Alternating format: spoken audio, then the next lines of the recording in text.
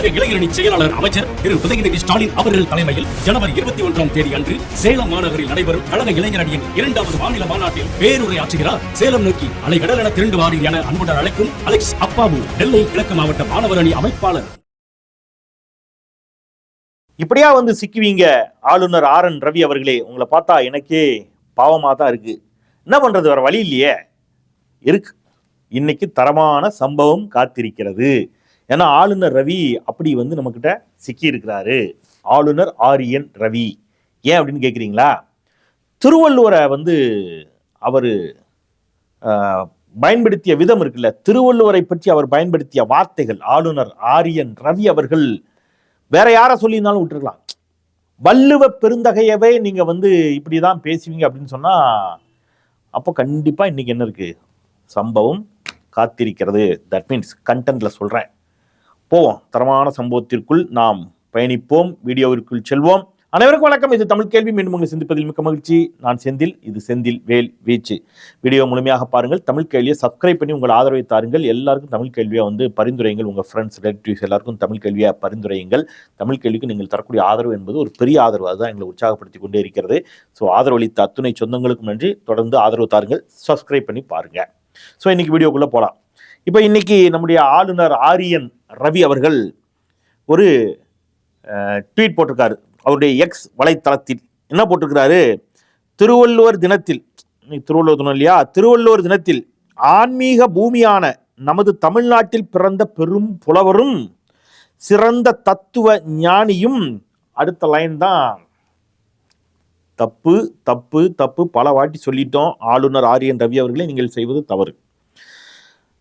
பாரதிய சனாதன பாரம்பரியத்தின் பிரகாசமான துறவியுமான திருவள்ளுவருக்கு எப்படி பாரதிய, அப்புறம் எங்க எல்லாத்துலேயும் பாரதிய பாரதிய அப்படி சேர்த்துப்பீங்கன்னா, பாரதிய ஜனதா கட்சிங்கிறதுனால அதை கொண்டு வந்து அதை பேரை சேர்த்துப்பீங்க போல இருக்குல்ல. பாரதியவுக்கும் இந்த ஏன் பாரதிய சனாதனன்னு போடுறதுக்கு பேர் பாரதிய ஜனதா கட்சிக்குன்னே போட்டிருக்கீங்க. பாரதிய ஜனதா கட்சியின் செய்தி தொடர்பாளர் திருவள்ளுவர்னே போட்டுதான் பாருங்களேன். என்ன வேலை இது? பாரதிய சனாதன பாரம்பரியத்தின் பிரகாசமான துறவிமான திருவள்ளுவருக்கு எனது பணிவான மரியாதையை செலுத்துகிறேன் அப்படின்னு இருக்கட்டும். இப்போ நம்ம அதுக்கப்புறம் உள்ளதெல்லாம் விட்டுருங்க. நம்ம இந்த சனாதன அப்படிங்கிற இடத்துக்கு வருவோம். சனாதனத்துக்கும் வள்ளுவருக்கும் என்ன சம்பந்தம்? என்ன சம்பந்தம்? இன்னைக்கு வள்ளுவர் வந்து சனாதனியாக நிறுவுவதற்கு நீங்கள் ஏன் முற்படுகிறீர்கள்? இப்போ நம்ம 2-3 விஷயத்தை எடுத்து பேசுவோம். அப்போ முதல்ல சனாதனம்னா என்ன அப்படிங்கிறத பல முறை சொல்லியிருக்கோம். படிங்கன்னாச்சு படிக்க மாட்டேங்கிறீங்க. ஆளுநராக வந்து உட்காந்துட்டு ஆளுநர் வேலையை தவிர வேற எல்லா வேலையும் படிக்கிறீங்க, வாசிக்க மாட்டேங்கிறீங்க. அட்லீஸ்ட் திருக்குறளையாவது வாசிங்கன்னா திருக்குறளையும் தெரியாது உங்களுக்கு. ஆனால் திருக்குறள் தெரிஞ்ச மாதிரியே பேசுறீங்க. பிறப்புக்கும் எல்லா உயிருக்கும் என்று சொல்வது வள்ளுவம்னு பல முறை சொல்லியிருக்கோம். எப்போ பிறப்பின் அடிப்படையில் ஏற்றத்தாழ்வு கிடையாது, நீ மேல நான் கீழேன்னு கிடையாதுன்னு சொல்றது திருக்குறள் அப்படின்னு சொல்லியிருக்கிறோம். ஆனா சனாதனம் அதை சொல்லுகிறதா? பகவத்கீதை அதை சொல்லுதா? சதுர் வர்ணம் மயா சிருஷ்டம் சொல்லுதா? சரி, ஒன்று நான் எடுக்கிறேன். பகவத்கீதையிலேருந்து வரிசையா ஸ்லோகங்களை சொல்லி நான் இப்போ விளக்கம் கேட்க போறேன். ஆளுநர் RN ரவி ஆதரவாளர்கள் பொறுமையாக கேட்கணும். நம்ம தோழர்கள், நம்முடைய சொந்தங்களும் பொறுமையாக கேளுங்க. அப்பந்தான் இதுல எப்படிலாம் நம்மளை ஏமாத்துறாங்கன்னு உங்களுக்கு தெரியும். பகவத்கீதை என்ன சொல்லுது? சரி, ஒன்று, காஞ்சி சங்கராச்சாரியார் சந்திரசேகேந்திரர், இதுக்கு முன்னாடி ஜெயேந்திரர் இருந்தார், அவருக்கு முன்னாடி ஒருத்தர் இருப்பார் சந்திரசேகேந்திரர். அவர் என்ன சொல்லியிருக்காரு தெய்வத்தின் குரல்ல? அம்பேத்கர் என்ன சொல்லியிருக்கிறார்? வள்ளலார் என்ன சொல்லியிருக்கிறார்? வள்ளுவர் என்ன சொல்றார்? இவங்க எல்லாருமே என்ன சொல்றாங்க சனாதனத்தை பத்தி நம்ம ஆதாரத்தோட பார்ப்போம். இப்ப முதல்ல இவர் வள்ளுவரை சனாதனிங்கிறார், அதாவது சனாதன தர்மத்தை மேலோட்டி நிலைநிறுத்தியவர்கிறார். இப்போ சனாதன தர்மம்னா என்ன? முதல்ல அதை தெரிஞ்சாத்தானே நம்ம வந்து பேச முடியும். சனாதன தர்மம்னா என்னன்னு பகவத்கீதை சொல்லுகிறது. சதுர்வர்ணம் மயா சிருஷ்டம், குணத்திற்கும் கருமத்திற்கும் ஏற்றவாறு 4 வர்ணங்களை நான் தான் படைத்தேன் என்று பகவான் கிருஷ்ணர் எதில் சொல்றாரு? பகவத்கீதையில் சொல்றாரு, நான் தான் படைச்சேன், நானே அந்த கருமத்தை செய்தவன் என்று அறிந்து கொள் அப்படின்னு. அப்ப நீ வந்து பிராமணன், சத்திரியன், வைசியன், சூத்திரன் இதெல்லாம் யார் படைச்சதுன்னு நினைக்கிற? நான் தான் படைச்சேன்னு யார் சொல்றா? பகவான் கிருஷ்ணன் சொல்றார். உடனே இங்க இருக்கக்கூடிய ஒரு கூட்டம் சொல்லும், அப்படிலாம் இல்லை, அதுல நீங்க அடுத்த வரியை சேர்த்து படிக்கணும், அது வந்து பிறப்பின் அடிப்படையில் அல்ல குணத்தின் அடிப்படையில் என்று சொல்லி இருக்கிறார்னு ஒரு புது உருட்டை இப்போ உருட்ட தொடங்கியிருக்காங்க டிவி டிபேட்ல எல்லாம். பகவத்கீதையினுடைய அத்தியாயம் 18 41 முதல் 47 வரை. பகவத்கீதை அத்தியாயம் 18 41 முதல் 47 வரை பிறப்பின் அடிப்படையிலானதுதான் இது என்று தெளிவா போட்டிருக்கு. என்ன சொல்றாரு? எதிரிகளை எரிப்பவனாகிய அர்ஜுனனே கேள். அர்ஜுனனுக்கு வந்து போர்க்களத்துலன்னு சொல்றது தானே, அதான கீதை. கீத உபதேசங்கிறது அர்ஜுனன் களத்துக்கு வந்துட்டான். அந்த பக்கம் வந்து அவருடைய என்ன சொல்லுது, நம்ம எளிய மொழியில சொன்னா அங்காளி பங்காளிங்க மாதிரி இங்க பெரியப்பா சித்தப்பா மன்னர்களுக்கு தானே சண்டை, சரியா? இந்த பக்கம் பாண்டவர்கள், அந்த பக்கம் துரியோதனன் உள்ளிட்டவர்கள். இப்ப இவங்களுக்குள்ள சண்டை. இப்ப இவங்கெல்லாம் என் தம்பி, எங்க அண்ணன், எங்க பாட்டனாருன்னு இவர் சொல்றாரு அர்ஜுனன். அப்பதான் இதெல்லாம் சொல்றாரு கிருஷ்ணர். எதிரிகளை எரிப்பவனாகிய அர்ஜுனனே கேள். பிராமண, சத்திரிய, வைசிய, சூத்திரர்களுடைய கருமங்கள் அவர்களின் பிறப்புக்கு தக்கவாறு பிரித்து கொடுக்கப்பட்டுள்ளன. எப்படி? பிறப்புக்கு தக்கவாறு பிரித்து கொடுக்கப்பட்டுள்ளன. அப்போ பிறப்பின் அடிப்படையில் தான். நானே நினைச்சாலும் அதை மாற்ற முடியாது. யாரு? நானேனா நான் இல்லை, அவர் கிருஷ்ணர் சொல்றார். சாந்தமான குணம், சுய கட்டுப்பாடு, தவ வலிமை, தூய்மை, அமைதி, நேர்மை, ஞானம், நல்லறிவு, கடவுள் நம்பிக்கை ஆகியவை பிராமணனுக்கான கருமங்கள். அப்படின்னா என்ன அர்த்தம்? சுய கட்டுப்பாடு நமக்கு, மற்றவனுக்கெல்லாம் சுய கட்டுப்பாடே இல்லைன்ட்டார். மற்றவனுக்கெல்லாம் கடவுள் நம்பிக்கை கிடையாது. அப்படியா? பிராமணனுக்கு மட்டும்தான் கடவுள் நம்பிக்கை. அப்படி பௌத்திகையில் இருக்கு. இதெல்லாம் பிராமணனுக்கு. வீரம், துணிவு, உறுதி, போய் சண்டை போடுறது, இதெல்லாம் சத்திரியனுக்கு. கால்நடையை பராமரிக்கிறது, வியாபாரம் செய்யறது, இதெல்லாம் வைசியனுக்கு. இவங்க 3 பேருக்கும் ஏவல் செய்வது, பணி செய்வது சூத்திரர்களுக்கு. ரைட்? இப்ப எல்லாருக்கும் போய் நம்ம நினைச்சணும், ஏவல் செய்யணும். இதான் சூத்திரர்கள். எதுக்கும் கீழே ஒரு குரூப் வச்சிருக்காங்க, அதை விட்டுருங்க, அவங்க வச்சிருக்கிறாங்க. இதுக்கும் கீழே. அப்ப மக்களை ஏன் இப்படி பிளவுபடுத்துகிறீர்கள் அப்படின்னு கேட்டது எது? பிறப்பின் அடிப்படையில் ஏற்றத்தாழ்வு கற்பிப்பது சனாதனம், பிறப்புக்கும் எல்லா உயிருக்கும் என்று சொன்னது வள்ளுவம். அந்த வள்ளுவரை எப்படி நீங்க பாரதிய சனாதன தர்மத்தின் எங்க வருவோம்? வள்ளுவருக்கு எங்க வந்துச்சு? இப்போ சனாதன தர்மம் என்றால் அது அல்ல, சனாதன தர்மம் என்றால் அப்படின்னு நீங்க ஒரு புது விளக்கம் கொடுக்குறீங்க. நான் உங்களுடைய சங்கராச்சாரியார் சொன்னதுலேருந்து எடுக்கிறேன். இப்போ நீங்க வந்து சங்கராச்சாரியார் தெய்வத்தின் குரல், யாரு? இந்த பழைய சங்கராச்சாரியார் காஞ்சி சந்திரசேகேந்திரர். அவர் சொல்றார், வர்ண தர்மம் என்பதுதான் சனாதன தர்மத்தின் முக்கிய அம்சம். வர்ண தர்மம்னா என்னது? அகேன் பிராமணன், சத்திரியன், வைசியன், சூத்திரன், இதுதான் இந்த 4 வகை வர்ணம். இதுதான் சனாதன தர்மத்தினுடைய மிக மிக முக்கியமானது. இதை அழிக்க வேண்டும் என்று இந்த நவீன கலகக்காரர்கள், புரட்சியாளர்கள் நினைக்கிறார்கள். அதை விட்டுறக்கூடாது. ஏன்னா மற்ற எந்த மதத்திலும் இல்லாத இந்த 4 வகை வர்ணங்கள் சனாதனத்தில் மட்டும்தான் இருக்கிறது. அதுதான் மிக மிக அழகானது, நேர்த்தியானது. இதெல்லாம் தெய்வத்தின் குரல்ல இருக்கிறது. அவர் சொல்றாரு, சனாதன தர்மத்தை ஊதி ஊதி எல்லோரிடமும் பரவச் செய்யலாம் என்பது என்னுடைய பேராசை. அதனால்தான் இதையெல்லாம் சொல்கிறேன். நம்முடைய சனாதன மதத்தில் மற்ற மதங்கள் எதிலுமே இல்லாத வர்ண தர்மம் இருப்பதால் இது அவசியமில்லை என்று எடுத்து போட்டுவிட்டு நம் மதத்தையும் மற்றவை மாதிரி ஆக்கிவிட வேண்டும் என்று சில சீர்திருத்தக்காரர்கள் சொல்லுகிறார்கள். எப்படி? அதாவது மற்ற மதம் மாதிரிலாம் இப்படி ஏற்றத்தாழ்வு இல்லை. அங்க வந்து பிறப்பின் அடிப்படையில் இப்ப இந்தியாவுக்குள்ள இருக்கு. ஏன்னா இந்தியாவுக்குள்ள இருக்கிறவன் அந்த மதத்துக்கு மாறினாலும் அவன் இந்த மனநிலையிலே இருக்கிறான். கிறிஸ்தவத்துக்கு மாறினாலும் அவன் என்னவா இருக்கிறான். ஆனா மற்ற நாடுகள்ல, இஸ்லாத்துல அப்போ அந்த மாதிரி ஆக்கணும்னு சீர்திருத்தக்காரர்கள் நினைக்கிறார்கள். அதை விட்டுறக்கூடாது. சனாதன தர்மத்தெல்லாம் எதிர்க்கு. அதனால அதை கெட்டியா பிடிச்சிக்கணும், காப்பாத்திக்கணும்னு யார் சொல்றா? சந்திரசேகேந்திரர். நான் என்ன சொல்றேன், சந்திரசேகேந்திரரை விட நீங்கெல்லாம் வந்து வேதங்கள் அதிகம் கற்றவர்களா? நீங்களாம் ரொம்ப பெரிய ஆட்களா? அவரே சொல்றாரு, ஒத்துக்கிறாரே. ஆனால் வள்ளுவன் ஒரு இடத்திலும் ஒத்துக்கொள்ளவில்லை. பிறப்பின் அடிப்படையில் ஏற்றத்தாழ்வு கற்பிப்பதை அவன் ஒத்துக்கொள்ளவே இல்லை.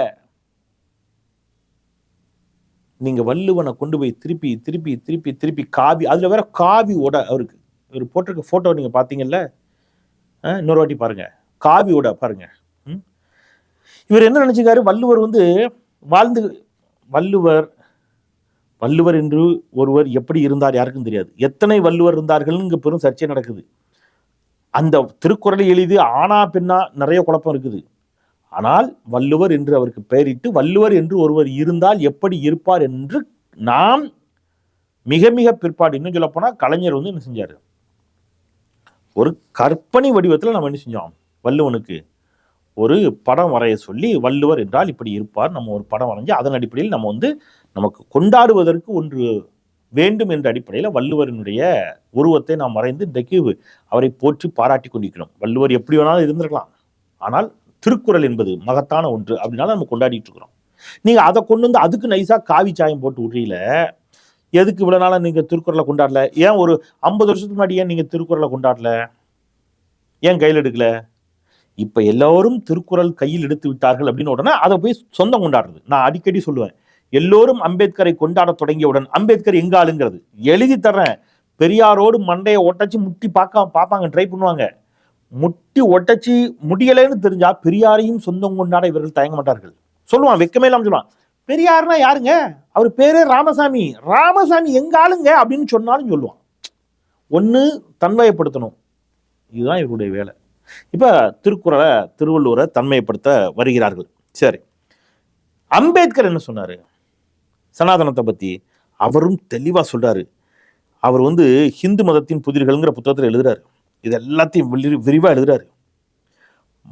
மனுஸ்மிருதி பற்றிய கல்லுகாப்பட்டினுடைய விளக்கத்தை மேற்கோள் காட்டி வேதங்களின் நித்தியமான முன் இருப்பையும் அவை கொண்டிருக்கும் அறிவு மற்றும் விதிகளின் மாறாத தன்மையையும் வலியுறுத்தவே சனாதன் என்ற சொல் முதலில் பயன்படுத்தப்பட்டது.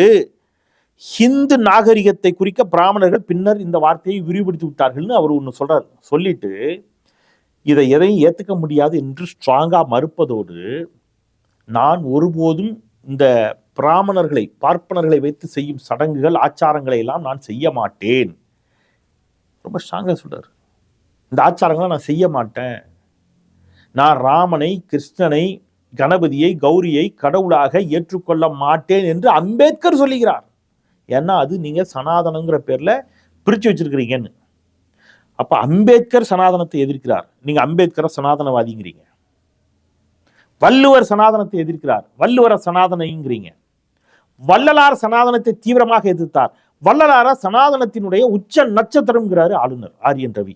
வள்ளலார் சொல்றாரு, நான் பலமுறை அதை சொல்லியிருக்கிறேன், இந்த இவங்க 4 வர்ணம் சொல்றாங்களா, சதுர் வர்ணம் மயா சிருஷ்டம் என்று சொல்கிறார்களே, அந்த 4 வர்ணம் ஆசிரம் ஆசாரம் முதலான நவீன்றகளை சரிதமெல்லாம் பிள்ளை விளையாட்டே. தோல் வர்ணம் கண்டு மேல் வருணம் அறிவார் இல்லை, மதித்த சமய மத வழக்கமெல்லாம் மாய்ந்தது, வர்ணாசிரமம் என்னும் மயக்கம் மாய்ந்ததுங்கிறார். வர்ணாசிரமம் என்னும் மயக்கம் மாய்ந்தது யாரு? வள்ளலார். அப்போ வள்ளலார் வர்ணாசிரமம் என்னும் மயக்கம் மாய்ந்தது, அது ஒரு மயக்கம்டா, எல்லாம் ஏமாத்தி வச்சிருக்கீங்கடா. வள்ளுவர் பிறப்புக்கும் எல்லா உயிருக்கும். அம்பேத்கர் நான் ஹிந்துவாக பிறந்தேன், ஹிந்துவாக சாக மாட்டேன், இது அம்பேத்கர். ஆனா நீங்க எல்லாரையும் சனாதனின்றீங்க. இல்ல ஆளுநர் ஆரியன் ரவி அவர்களே, எந்த ஊர் கதை? இப்ப கலா காலட்சேபம் செய்யக்கூடிய பல பார்ப்பனருடைய வீடியோக்கள் இருக்குது, நிறைய நான் ஆல்ரெடி பேசியிருக்கிறேன், எடுத்து போட்டிருக்கிறேன். அதுல அவங்க தெளிவா சொல்றாங்க, ஆமா ஒரு பார்ப்பனர் பேசுறார், நாயில ஜாதி இருக்குது, ஏன் மனுஷன்ல இருக்கக்கூடாதுன்னு பேசுறாரு.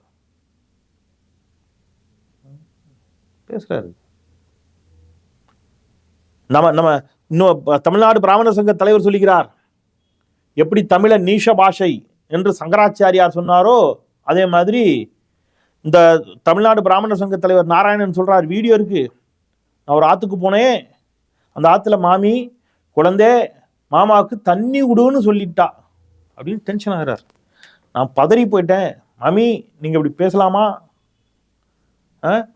தீர்த்தம் கொடுங்கோ ஜலம் கொடுங்கோன்னு சொல்லப்படாதா, தண்ணி கொடுங்கோன்னு சொல்றீங்களே அப்படின்னு சொன்னதுக்கு என்ன மாமா பண்றது, இந்த பஸ்ல எல்லாம் போயிட்டு வர்றதுனால இந்த பாலா போன சனியை என் நாட்டுல ஒட்டிந்துடுத்து என்று அந்த மாமி சொன்னாருங்கிறார். இந்த பாலா போன சனியன் என்று அவா சொல்றது எதை தெரியுதா?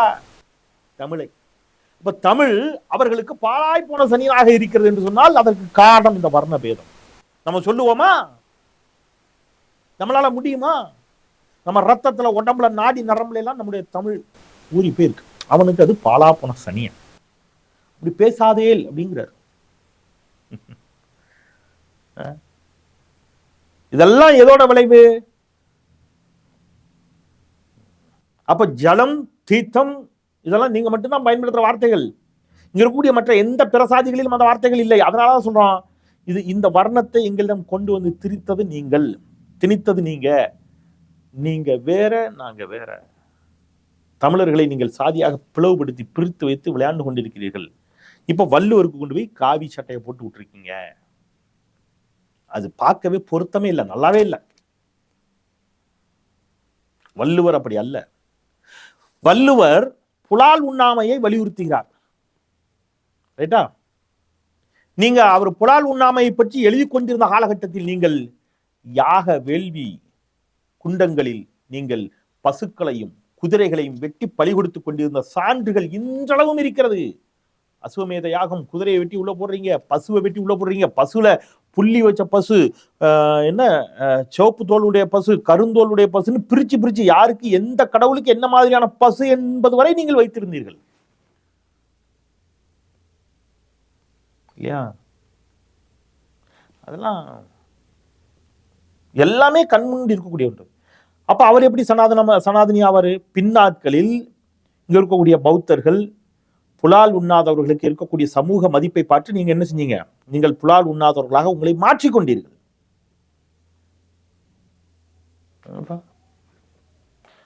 இது எல்லாத்தையும் ஏமாத்திட்டு திருப்பி திருப்பி திருப்பி திருப்பி வள்ளுவருக்கு காவி சாயம் பூசுவதை ஒருபோதும் நாம் அனுமதிக்க கூடாது. தமிழ் சொந்தங்களே, தமிழ்நாட்டில் மிக ஆபத்தான ஒரு போக்கு நாளுக்கு நாள் அதிகமாகி கொண்டிருக்கிறது. அது பரவலாக குறிப்பாக ஒரு சில மாவட்டங்களில் இந்த போக்கு அதிகமாகிறது.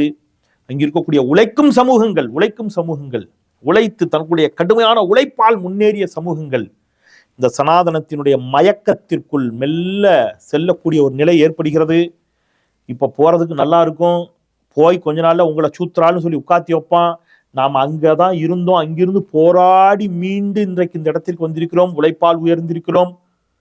ஆனால் மீண்டும் அந்த மாய வலைக்குள், அவர்கள் விரிக்கும் மாய வலைக்குள், பாஜக விரிக்கும் மாய வலைக்குள், இந்த சனாதனிகள் விரிக்கும் மாய வலைக்குள் நீங்க போய் சிக்கிட்டீங்கன்னா திருப்பி அடிமையாகத்தான் இருக்க வேண்டும்.